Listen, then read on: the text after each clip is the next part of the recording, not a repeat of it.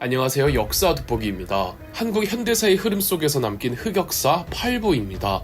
여러분은 혹시 종이로 된 신문을 아직 보고 계시나요? 요즘에는 종이 신문을 거의 보지 않으시죠? 어릴 적 학교 출근할 때면 집 앞에 신문이 놓여 있고 안방에서 아버지가 신문을 읽으시던 때가 떠오르기도 한답니다. 최근에는 언론이라고 부를 수 있는 매체가 굉장히 많아졌지만 한때 언론이라 함은 TV와 신문이 전부였던 시절이 있었으며 방송국 기자보다 신문사 기자가 훨씬 사회적 체면이 높았던 때가 있었습니다. 신문사의 역사가 방송국의 역사보다 깊으니 그럴만하죠. 신문사와 신문사의 기자들이 언론인으로서 강한 자부심을 가지던 때에 일어났던 씁쓸하지만 또 한편으로는 우리 국민들이 직접 나서서 언론사를 지켜내려 했던 가슴 웅장해지는 사건이 있었습니다. 바로 동아일보 백지 광고 사태. 사건의 시점은 박정희 대통령 집권기였습니다. 박정희 대통령의 18년 독재 기간이 다 똑같은 독재 기간이 아니었습니다. 제3공화국과 흔히들 유신이라고 부르는 4공화국 이렇게 두 시기로 구분하는데 30 때는 그래도 박정희 정부가 야당이나 여론을 꽤 의식을 많이 했으며 야당에서도 신랄하게 여당 공화당을 공격하기도 했습니다. 그러나 1974년 10월 유신 헌법이 발표되며 박정희 정권 독재의 정점을 찍게 되었고 정말 말 한마디 잘못했다가 잡혀가는 세상이 되었죠. 여러분이 독재자라면 어떤 것부터 하시겠습니까? 대중적 파급력이 가장 큰 언론부터 잡아야 하겠죠. 유신 헌법이 발표되자 중앙정보부와 행정당국에서는 그간 정부에 비판적이었던 언론인들을 탄압하기 시작했습니다. 신문 기사의 질이 이전과 이후가 정말 눈에 띄게 달라지자 학생들은 동아일보사 앞에서 동아일보 신문을 불태우는 퍼포먼스를 하기도 했습니다. 이 시기가 독재도 독재지만 일제강점기 때부터 내려오던 동아일보사의 기자라고 하면 정말 사회적 체면이 남다른 기자들 스스로가 큰 자부심을 가지고 있었을 때였습니다. 그들 스스로도 언론 통제 속에서 질 떨어지는 기사들을 보고는 자존심에 엄청난 스크래치가 갈 수밖에 없었죠. 1974년 10월 24일 기자들은 자유언론 수호 대회를 열어 첫째, 신문, 방송, 잡지에 대한 어떠한 외부 간섭도 우리의 일치된 단결로 강력히 배제한다. 둘째, 기관원의 출입을 엄격히 거부한다.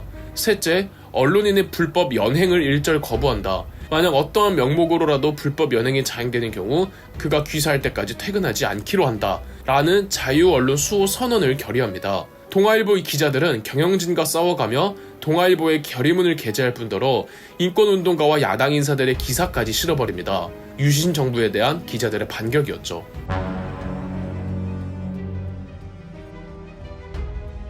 그러나 가만히 있을 유신 정부가 아니죠. 중앙정보부에서 동아일보와 계약한 광고주들을 전부 불러서 동아일보에 광고를 넣지 않겠다는 서약서를 강요합니다. 아시는 분들은 다 아시겠지만 언론사의 가장 큰 수입원이 바로 광고입니다. 광고료가 사실상 회사를 운영해가는 주요 재원인데 그래서 큰 언론사의 경우 특정 회사와 오래도록 파트너십을 이어가는 게 관례죠. 그간 동아일보와 오랜 파트너십을 이어가던 회사들이 중앙정보부의 강요로 동아일보의 광고를 중단해버린 겁니다. 1974년 12월 20일 한일약품을 시작으로 대한생명보험, 럭키그룹, 미도파 백화점, 삼성전자 등 큰 광고료를 주던 대기업들이 대거 빠져버린 거죠. 이게 시간을 좀 두고 광고를 빼면 동아일보에서 어떻게든 메꿀 수 있었을 텐데 일주일 만에 갑자기 빼버린다고 하니 수습할 수 있는 데드라인도 아니었죠. 결국 1975년 12월 26일자 신문부터 동아일보 신문은 광고가 없이 이 광고란에는 빈 백지로 되어 발행되었습니다. 신문을 펼치면 군데군데 하얀 백지만 있었던 거예요. 이 사태를 동아일보 백지 광고 사태라고 합니다. 어떻게든 광고를 채워 넣어야 하기 때문에 12월 30일자 신문에서부터는 동아일보 광고국장이 광고란에 광고 모집을 써서 어떻게 백지를 채워보기도 했지만 여전히 아주 앙상한 신문이었습니다.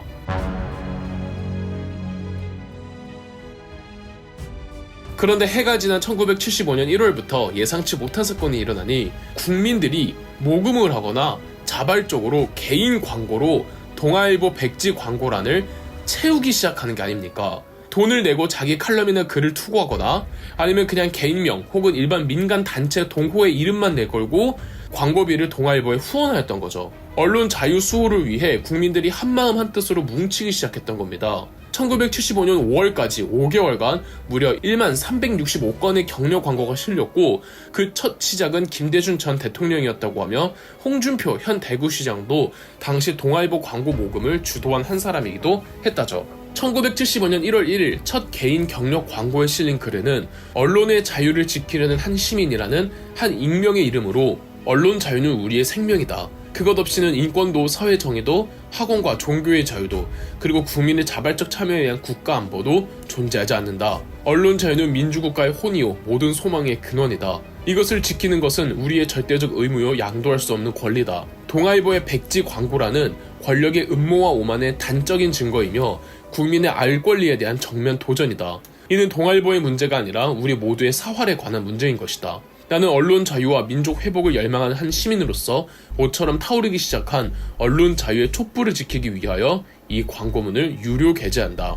그리고 다음과 같이 우리의 노력 방안을 밝히고 뜻있는 국민의 빠짐없는 참여를 호소하는 바이다. 라는 내용이 실렸습니다. 그러나 동아일보 상황이 좋게만 진행되지는 않았습니다. 아무리 개인 광고들이 모인다고 한들 큰 대기업 광고로에 맞먹을 수가 있나요? 같은 계열사의 동아방송에도 주요 광고주 13개가 광고를 끊는 바람에 프로그램들 상당수가 큰 타격을 받아 폐지되는 사건도 있었죠. 일부 출연진들은 출연료를 받지 않겠다며 동아방송을 도왔지만 그 마음은 고맙고 감동적일지언정 실질적인 도움은 되지 않았습니다. 이대로 가다간 운영난으로 회사 전체가 문을 닫아야 하는 판국에 경영진은 결단을 내려야만 했습니다. 사태를 수습하는 방법은 쉬웠습니다. 그냥 조용히 정부에서 내려오는 언론 통제를 받아들이기만 하면 그만이었죠. 1975년 3월 경영진은 동아일보 4개 부서를 폐지하고 독재의 비판적인 기사들을 해고하기 시작했습니다. 며칠에 걸쳐 정말 많은 기자들이 해고되었고 경영진에게 실망했다며 사직하는 기자들도 많았죠.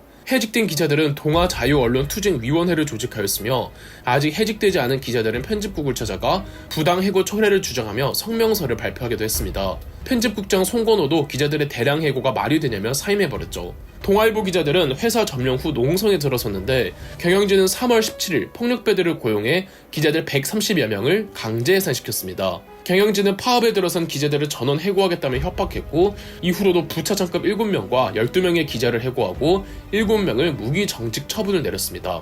이렇게 동아일보 경영진에서 알아서 친독재적인 노선을 보여주니 중앙정보부도 광고 금지를 풀어주었고 1975년 7월 백지 광고 사태는 끝이 납니다.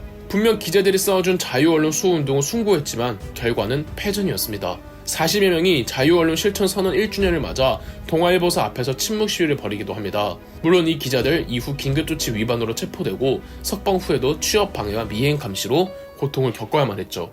동아자유언론투쟁위원회는 이후로도 계속 활동하여 1988년 그들끼리 차린 신문사가 바로 한겨레입니다. 그러나 신문사 하나 차리는 게 어디 쉬운 일인가요? 그 돈은 다 어디서 조달한답니까? 그러나 과거 동아일보 백지 광고 사태를 기억하던 시민들의 성금으로 100일 만에 50억 원이 모였고 이 자본을 토대로 한겨레 신문이 만들어졌죠. 특정 정치 이념을 떠나서 그리고 또 오늘날에는 반대로 언론의 힘이 너무 과해진 게 아니냐며 언론인들의 직업 윤리관도 많이 문제가 되기도 합니다. 언론의 말 한마디 한마디가 대중 파급력이 큰 건 부정할 수 없는 진실이잖아요. 바람직한 언론 세계란 정부의 언론 통제도 안 되지만 또 지나친 옐로우 저널리즘, 특정 누군가를 마녀 사냥하기 위한 자극적인 기사들을 지양하는 것도 중요하지 않나 싶습니다.